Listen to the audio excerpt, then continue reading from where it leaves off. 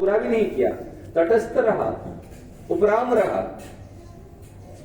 परंतु उपराम रह नहीं सकते, उपेक्षा नहीं कर सकते। वो कभी किसी का भला किए बिना रह नहीं सकते। अब ध्यान देना, ऐसे होते महापुरुष।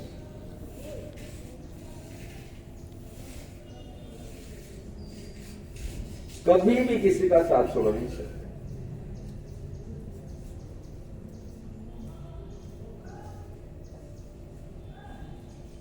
हमने प्रत्यक्ष इस चीज को अनुभव किया।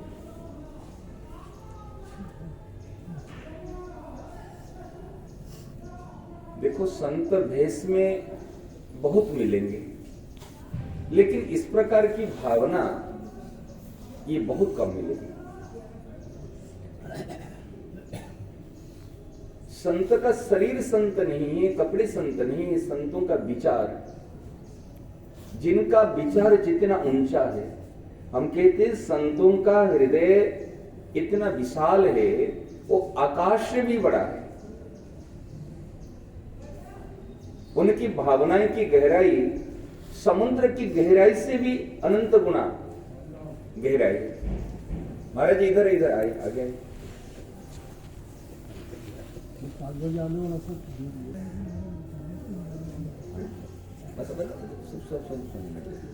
नारायण तो हमारे जो महाराज जी नारायण जी महाराज थे, वो बता रहे थे कि महाराज जी का सीकर चतुर्मास था, तो मीटर गेज ट्रेन चलती थी। तो कोई साधक के मन में आया कि महाराज जी को बढ़िया देसी गाय का दूध पिलाया जाए।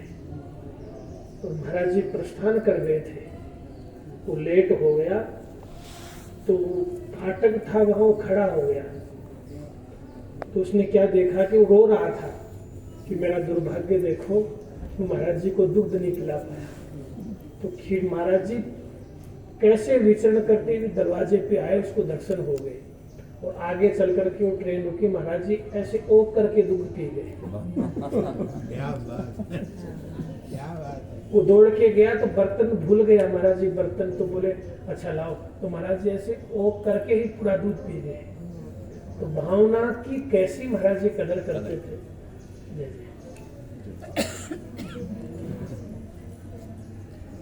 पंकज महाराज कुछ आपकी स्मृति में आ रही है कुछ बात महाराज जी की, सुनाओ चला आप गोपाल जी से आपने मुझे एक बात आती है मन में, यही तो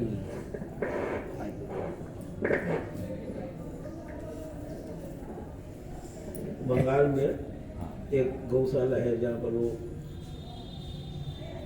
महाराज जी गए थे।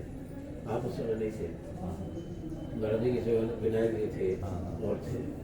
तो जब बंगाल में वहाँ पर गए, वो जगह का नाम बोल रहा हूँ, तो क्या हुआ कि मन में बहुत रहती थी कि महाराज जी के नज़दीक नज़दीक रह जाए, और रह नहीं पाते थे। महाराज जी से संबंध तो बहुत छोटे से हो गया था, माँ के कारण से बहुत छोटे से हो गया था महाराज जी को। तो क्या हुआ कि महाराज जी का जो कमरा है ना, उसके सामने मैं थोड़ी देर खड़ा रहा कि महाराज जी निकलेंगे। तो महाराज जी निकले, और निकलते ही किशन जी आए। तो महाराज जी किशन जी का हाथ पकड़ के और महाराज जी ऐसे नीचे उतरने लगा। तो हमारे मन में आया कि महाराज जी जिस मारो हाथ है वैसे ही मारो हाथ है। ऐसा मेरे मन में आया कि जैसा इनका हाथ है वैसा ही मेरा हाथ है, यदि मेरा ही पकड़ लिए होते, ऐसे मन में आई खाली मेरे, तो क्या फर्क होता। तो थोड़ी देर के बाद में महाराज जी वापस अपने कमरे में गए, और अचानक वो कमरे से बाहर निकले, और मैं ठीक कमरे के बाहर खड़ा रहा। महाराज जी ने हाथ पकड़ लिया, महाराज जी ने हाथ पकड़ लिया, और महाराज जी और अब वो नीचे आए। तो मैंने कहा कि महाराज जी अभी अंदर गए थे, अभी निकले कैसे, एक तीर से कैसे शिकार मारा मैं आपको बताऊं। मेरे मन की थी, निकाल दी। और बंगाल की वो चाची लुगाइयाँ जो खेती बाड़ी करती है, वो खाली एक साड़ी में रहती, ब्लाउज तक नसीब नहीं होता उनके, ऐसी कई स्त्रियां नीचे आई हुई खड़ी थी। तो मैंने कहा वो महाराज जी इनके लिए आए। तो जो ही महाराज जी आए तो वो ऐसे खड़ी हो गई। तो खड़ी तो मैं दौड़ करके और एक कुर्सी लाया कि भाई महाराज जी बैठ जाए। तो कुर्सी लाया तो वो सब ऐसे, अब वो बंगाली जानती है, अब महाराज जी हिंदी जानते हैं, तो महाराज जी ने बोलना शुरू किया।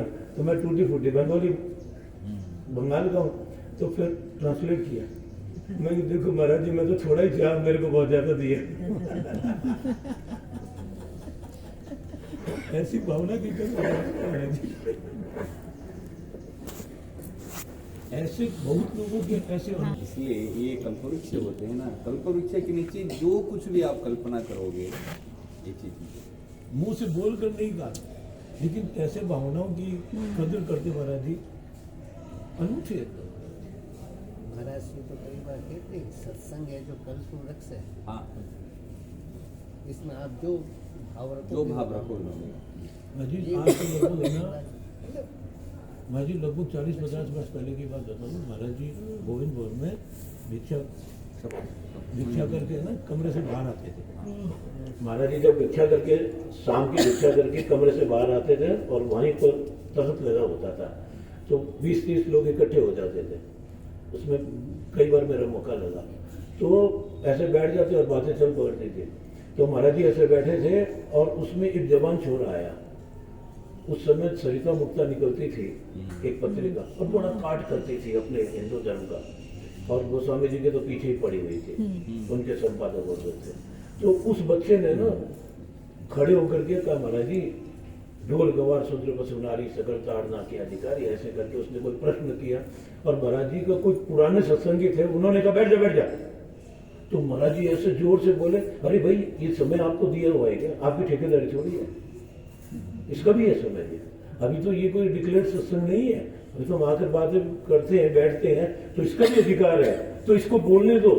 और यदि सुनने के नहीं हुए तो पीछे जाकर बैठो। पुरानी सत्संगी को ये बातें हैं महाराज जी ने, तो उसको कितनी तरजीह दी महाराज जी ने कि जिसने किसी काम का एक एकदम से प्रश्न नहीं किया।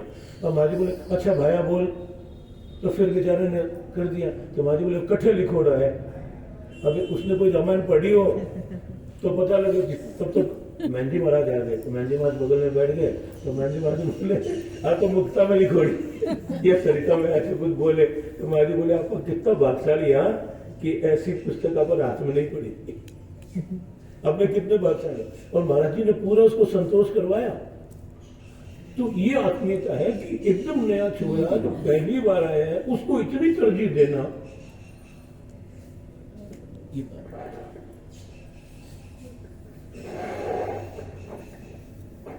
पंकज महाराज कुछ प्रश्न आ रहे।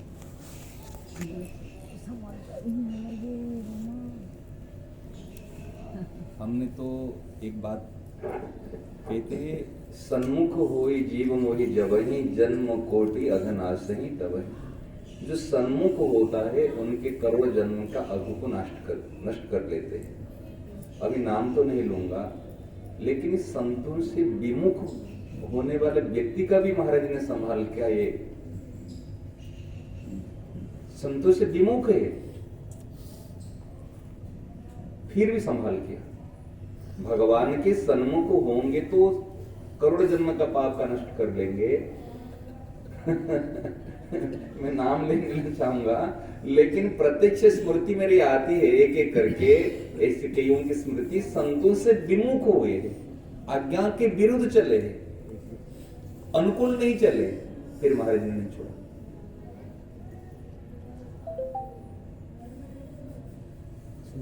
नहीं घटना नहीं। अब विचार करो, आपको स्मृति में आ रही है अवश्य। विमुख चलने वाले, विरोध करने वाले, प्रतिकूल चलने वाले, और उनकी भी संभाल किया। ये बड़ी, इसलिए को उदार ऐसो को उदार जगमा।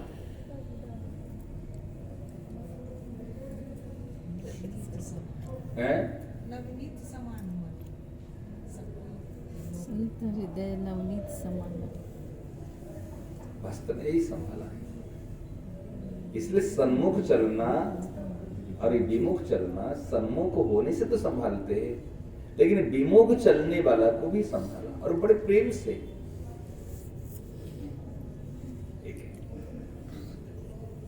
इसलिए तो कहते हैं किसी भी प्रकार से जुड़ जाओ,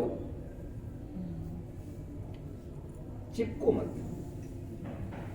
बस जुड़ जाओ। महाराज जी कितने साल पहले आ गए थे महाराज जी के पास? हमारी बात क्या बताए भाई, हमारी बात करेंगे तो फिर हमारी बात चल पड़ेगी, इसको नहीं कितने वर्ष करेंगे। पहले आ गए महाराज जी का आपका संपर्क कितने वर्षों से था? हमारे संपर्क तो महाराज का संपर्क हमको संजीवनी से हुई है। हाँ। उसके और संजीवनी तो आपको बताएं, संजीवनी मिलने के बाद में मैं केवल कहता हूँ ना, इस प्रकार तो हमने कभी देखा ही नहीं। पढ़ते समय एक अलग भावना होती है, एक तैयारी अलग होती है उस समय की, और जिन्होंने ही जोश है उस समय पढ़ाई की, कॉम्पिटिटिव एग्जाम देने के सब कुछ उस समय, लेकिन उस समय जब साधक संजीवनी हाथ लगी और उसके बाद में हमारा सब कुछ, जो कि हमको ऐसे एक बार पढ़ना शुरू करते तो छोड़ना फिर अंत नहीं होता। और हमने वॉशरूम में जाकर पढ़ी कि वॉशरूम में एक एकांत स्थान है जहां पर वो कोई पर कोई विघ्न बाधा 15-20 मिनट तक तो खटखटाएगा नहीं। हाँ, वो वॉशरूम गया है, और उसी स्थान पढ़ने का एक स्थान मिला मुझे, और पास में रखना करना। और गीता जी कंठस्थ हो गई थे महाराज जी पास आने से पहले, गीता जी कंठस्थ, गीता ज्ञान प्रवेशिका, गीता दर्पण, ये सब उस समय में मेरे कंठस्थ थे उस समय जो महाराज जी पास आया था। आने से पहले आपको महाराज जी के दर्शन हुए? हाँ। कैसे हुए महाराज? वैसे महाराज जी के थे ऐसे भगवे कपड़े में है, और दाढ़ी मेरे को देखने में आए थे महाराज जी के, ऐसी श्वेत दाढ़ी है। जब तक आप मिले नहीं थे? ना ना ना ना, कुछ नहीं, नहीं, कभी ना ना ना ना। और आपको दर्शन हो गए थे महाराज जी का। संजीवनी पढ़ने के हाँ, और महाराज जी गीता जी की आरती कर रहे थे। हाँ, श्रीमद् भगवत गीता। दाढ़ी तो महाराज जी ने रखी नहीं। हाँ, मतलब स्वप्न में जैसे अपने में मैंने ऐसे पूरे गौरव वर्ण है, और ऐसे दाढ़ी जो दिखा था, और उसमें गीता जी की आरती, महाराज जी गीता जी की आरती कर रहे थे। आरती कर, हम भी पास में खड़े हैं, तो महाराज जी की नेत्रों से एक अलग झलक थी। नेत्रों से ऐसे है ना, कोई प्यार भरी नेत्रों से, आंखों से लिखे है ना, बोले खुले कुछ नहीं है, लेकिन कुछ नहीं, खाली प्यार भरी आंखों से, नेत्रों से दिखे थे। और क्या पता ये प्यार भरी नेत्र भी यहाँ से उसके दर्शन करने के बाद कितना समय लगा महाराज जी के पास पहुंचने में? दर्शन करने के बाद लगभग 1-2 साल मान लीजिए, 1-2 साल। उसके बाद हम फिर आते। इसलिए संतों की जो बात है एक विलक्षण होती है, आप कल्पना नहीं कर सकते। ये कृपा का मार्ग कब कैसे परिवर्तन हो जाएगा, आप जितने भी है, क्या आपने सोच विचार कर आए हैं यहाँ पे? आपने कभी सोचा है? आज सब अपने अपने जीवन को देखो, कोई कहाँ जाने वाला है, कोई कहाँ करने वाला है, और कैसे जीवन का वो रास्ता परिवर्तन हो जाता है, कोई कैसे आ जाता है, उसको कोई कह नहीं सकता। ये बड़ी विलक्षणता। सबके जीवन देखिए ना, आप अपना जीवन देखिए, कहाँ हमारी गति, कहाँ मति, कहाँ रुचि, कहाँ थी, और हम कहाँ आए। ये है सत्संग की विलक्षणता, ये संतों की कृपा है।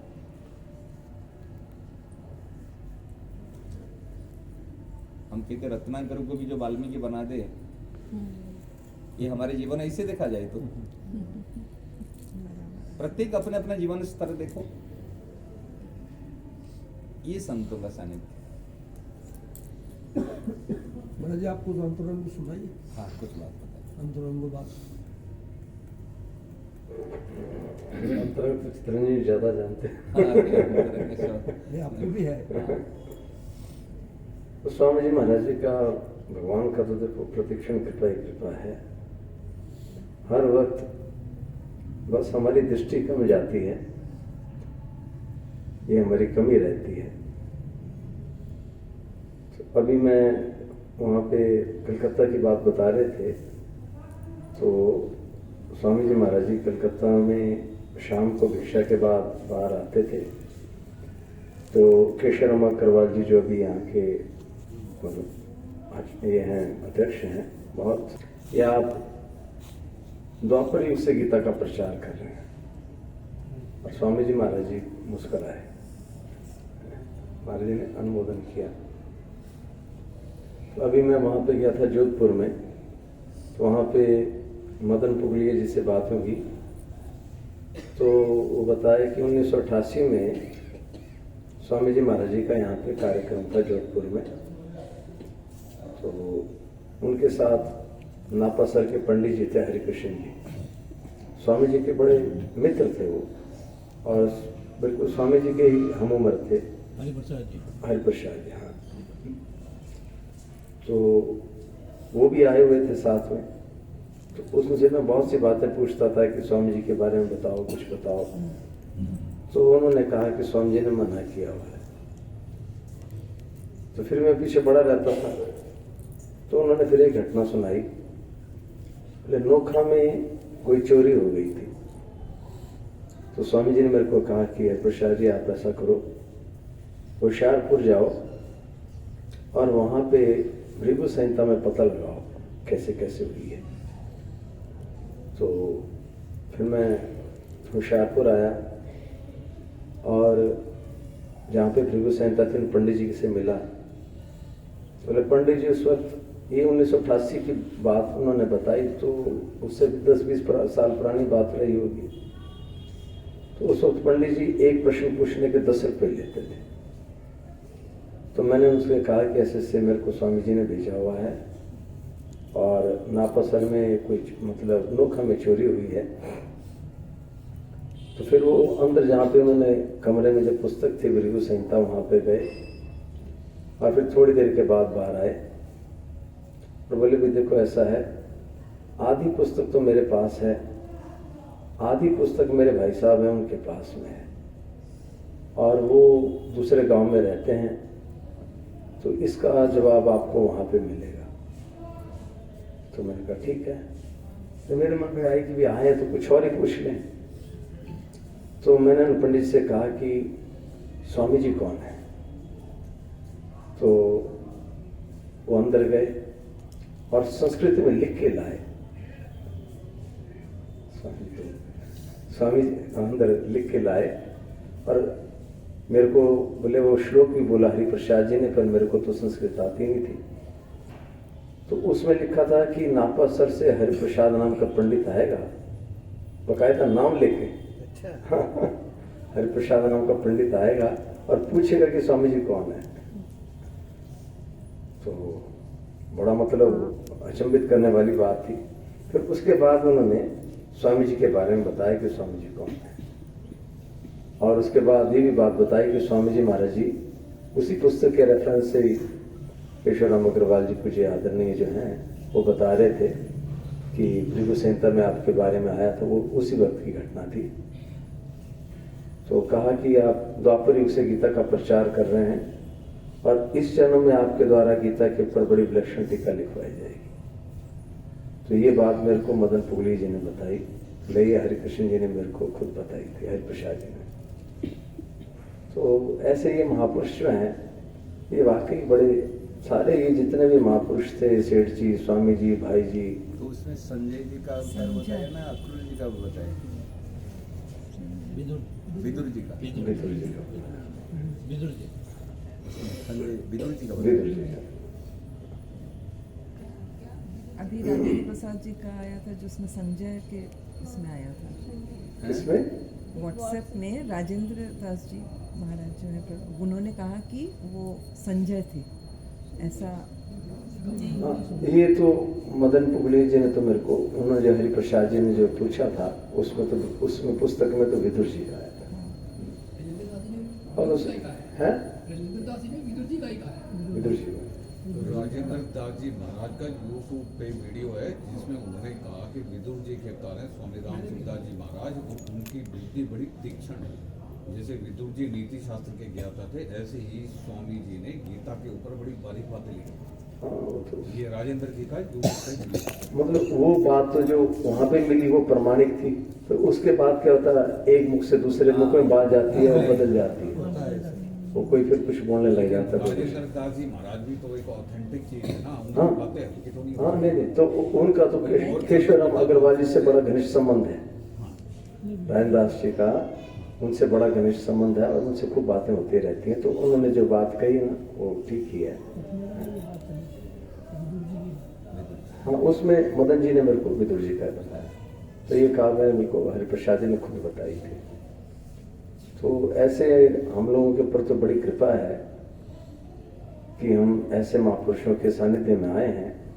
पर अब बात आज सवेरे बहुत अच्छी लगी कि स्थितोस्मी होगा तो करिष्ये वचन होगा।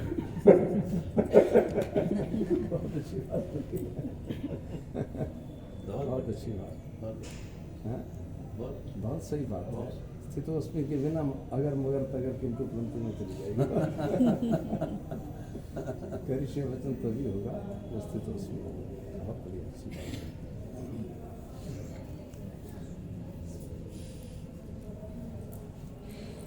इसलिए जो अभी है ना, ये जो हमारे विचार है, अभी तो हम बैठे कि इसे गोपियाँ बैठे कि श्याम सुंदर के बारे में सारे अपने स्मृति के बारे में चर्चा करती है, ये होना ही चाहिए। ऐसे इसमें तब कथामृतम तप्त जीवनम ये आवश्यक है।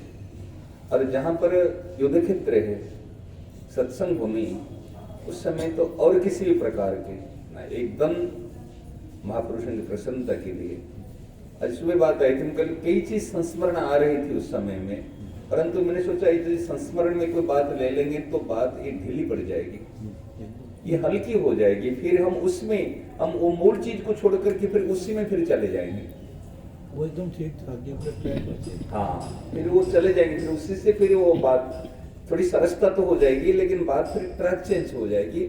इसलिए सत्संग में प्योरिटी इसलिए रखते भाई कहीं इधर, क्योंकि हमारे स्वभाव की बुद्धि ऐसी है ना, तो जहां पर थोड़ी सी अगर ऐसी बात लगती है, हम उस बात को, एक महाराज किसी ने कहा ना, महाराज उस पर क्या सुनाऊं बताऊं, तो एक ने कहा महाराज जी तो अब मायरे सुनाओ। क्या सुना, तो मायरे सुनाओ।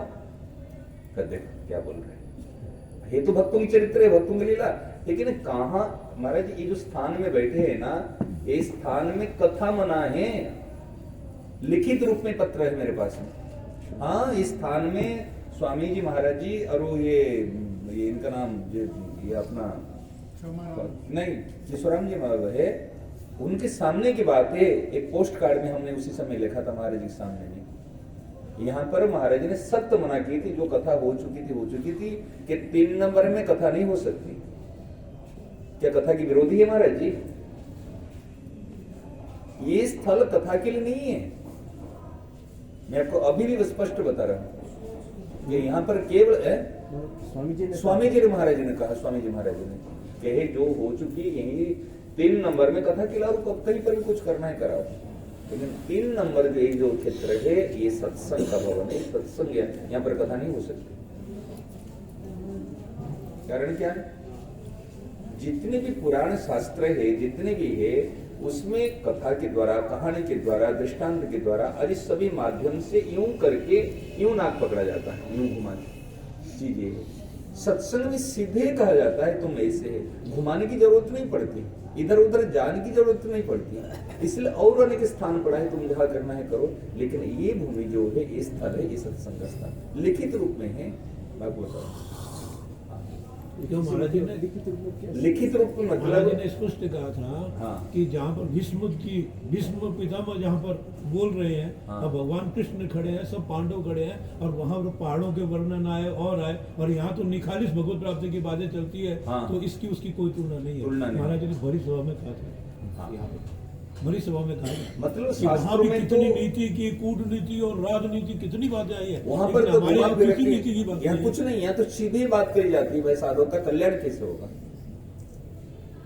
यहाँ पर घुमा फिराने की बात नहीं, यहाँ पर आकाश का वर्णन ऐसे, ये वनों का वर्णन है, नदियों का वर्णन ऐसे है। वहां पर तो घुमा फिरा कर सारी शब्द अलंकार भाषाएं, वहां पर साहित्य सब चीज की आवश्यकता है, छंदों की आवश्यकता है। यहाँ पर तो बिल्कुल निर्बंध होकर केवल एक बात, ईश्वर प्राप्ति कैसे, कि इस स्थान के लिए स्पष्ट रूप से महाराज जी ने कहा ये जो 3 नंबर है, ये सत्संग के लिए ही है। एक बात मेरे मन में आ रही है, पता नहीं कहनी चाहिए। हाँ बोल दो। नारायण नारायण। देखो यहाँ पे स्वामी जी महाराज जी जब थे, तो महाराज जी ने सत्संग की कैसी गरिमा रखी थी कि यहाँ पे बीच में किसी का भी आना जाना बिल्कुल निषेध था। तो एक बार वो पीछे लास्ट में कोई साइकिल से जा रहा था, मैंने कहा वो देखो साइकिल से जा रहा है। सब देखे कहाँ, वो पीछे जा रहा है पहले। तो मेरा भाई यार इतने पीछे जा रहा है, क्या फर्क पड़ता है। पर फिर उसके बाद वहाँ वाला भी हमारे जी ने बंद करवा दिया। पूरे हमने रच लगा के वो दायित्व था आपको तो पता है। पर अब वर्तमान में देखो ये हम लोगों की ढिलाई है, हम लोग बोलते नहीं। देखो पहले 3 बजे की यहाँ पे स्वामी जी का सत्संग कैसेट लगती थी तो उसकी पूरी गरिमा थी, लोग आके बैठते थे और बड़े आदरपूर्वक सुनते भी थे। 9 बजे वाला तो धीरे धीरे खत्म हो गया, जैसे सेठ जी का खत्म हो गया, हाँ भाई जी का भी इसे है वैसे 9 बजे वाला खत्म हुआ। और अभी मैं आया था, हर बार आना होता ही है गर्मियों में, तो मैंने देखा कि 3 बजे वाला जो महाराज जी का सत्संग है उसकी भी दुर्दशा हो गई। लोग आ रहे हैं जा रहे हैं, ना तो रस्सी लगती है उस वक्त, यहाँ तक स्कूटर तक जा रहे हैं और उस कोई इसका महत्व ही नहीं। उसके बाद जो दूसरे इधर उधर के उनको बुलाते हैं, उनके उसमें भीड़ होती है और अपने खास संतों का कोई यही नहीं है। मेरे को बड़ा दुख लगा। एक दिन मैं बैठा तो यहाँ पे सत्संग का माहौल ही नहीं बना रहा था, वो हल्ला चल रहा था।